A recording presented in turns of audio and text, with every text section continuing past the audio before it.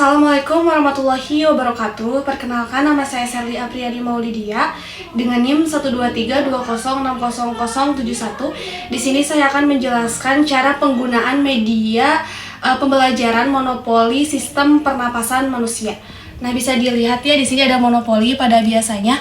Nah, di sini ada beberapa pion. Nanti peserta didik ini akan memilih kelompok 1 dan kelompok 2. Nah, kemudian di sini juga ada dadu ya untuk dilempar. Nah, ketika dadu ini dilempar, angka yang muncul maka mereka harus bermain menggunakan pion sesuai dengan angka yang keluar.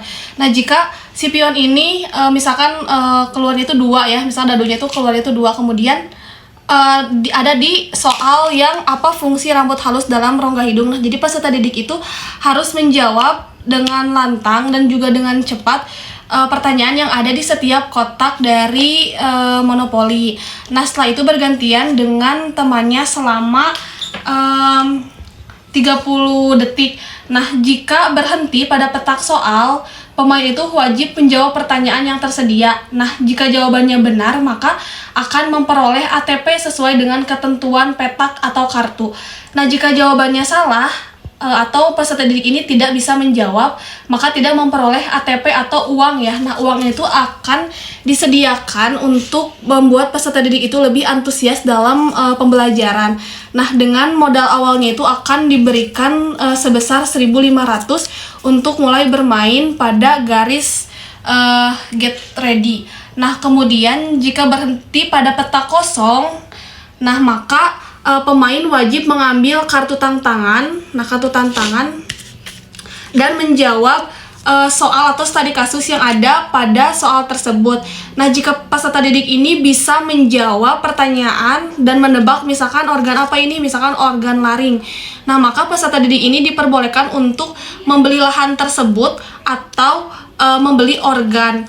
Nah, kalau misalkan peserta didik membeli lahan, maka lawan dari peserta didik yang membeli lahan ini ketika menginjak pada lahan yang mereka sudah beli harus membayar sesuai dengan yang mereka beli sesuai dengan yang ada di kartu tersebut, yaitu sebesar 1.500 ATP.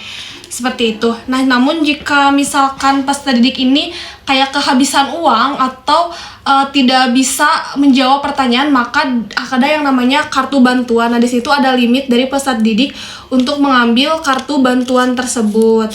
Nah, kartu bantuan ini tuh berisi mengenai apakah peserta didik ini akan meminjam uang atau bermain satu putaran lagi.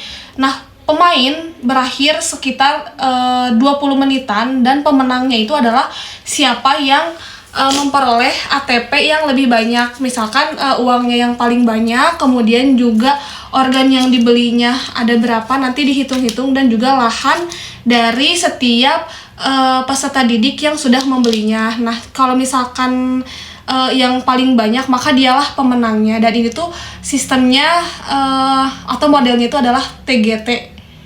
Jadi ada pemenang dari 2 kali putaran atau 1 kali putaran dengan ATP yang paling terbanyak. Seperti itu.